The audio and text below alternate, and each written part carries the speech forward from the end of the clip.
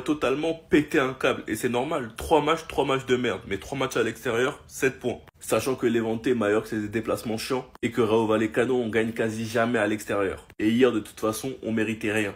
Hansi Flick a piqué une des plus grosses colères depuis qu'il est au club. À cause du manque d'intensité affiché par l'équipe. Il remarque que certains joueurs ne jouent plus collectif. Il en a également assez de l'histoire autour de Fermin car il estime qu'elle fait dérailler l'équipe ces derniers jours. Olmo, au vu de sa tête, il sait très bien qu'il a merdé. Tu peux pas être notre 10 titulaire et nous sortir une telle performance face au Rayo Vallecano. Surtout quand tu sais que la saison dernière, t'as déçu. J'espère qu'au retour de la trêve, il se montrera irréprochable. Parce que c'est un joueur qui est au cœur de notre jeu. Et c'est surtout une recrue demandée par Flick. Rafinha lui-même sait qu'il a fait un match de merde. Et cette action, elle est interdite. Surtout quand t'avais Ferran Torres juste à côté. Et quant à l'histoire de Fermin, c'est gonflant que tout ne soit pas clair. Mais bon, tout ça devrait être terminé. Personnellement, concernant les attaquants et le milieu de terrain, trouver la solution. Et les joueurs vont se réveiller. Reste à voir les décisions qu'il va prendre au poste de numéro 9 et au poste de numéro 10. Mais pour l'instant, le premier truc sur lequel il doit se concentrer, c'est la défense.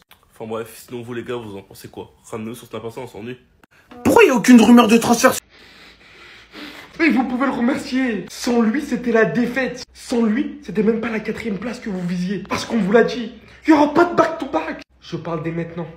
Oui, vous pensiez prendre le championnat 2 saisons consécutives? Plus sérieusement, on est littéralement sur l'un des pires matchs de l'ère d'Hansi Flick. Sans cet homme et ses multiples arrêts, dans des positions, mais vous vous demandez juste comment il faisait ça. De très loin, le plus grand point positif de ce match, si ce mec se réveille comme ça. Comme dit en début de vidéo, le Rayo Vallecano pouvait facilement prendre ce match. Ils ont manqué mais cruellement d'efficacité devant les cages. Mis à part au début, le Barça a été mauvais dans sa gestion du match dans la globalité. C'était pas le Barça qu'on connaissait habituellement, rapide dans les transitions, de même dans les récupérations et surtout autant tranchant devant les cages. Et en plus, je parle beaucoup de Juan Garcia.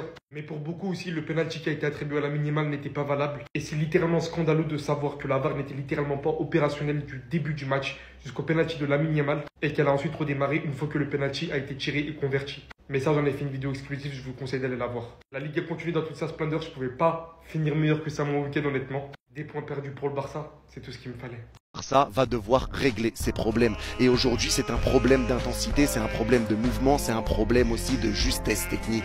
Il y a eu beaucoup trop de déchets, il y a eu beaucoup trop de pertes de balles et le jeu a été beaucoup trop ralenti. Le problème, c'est que le Barça a joué beaucoup trop individuellement aujourd'hui.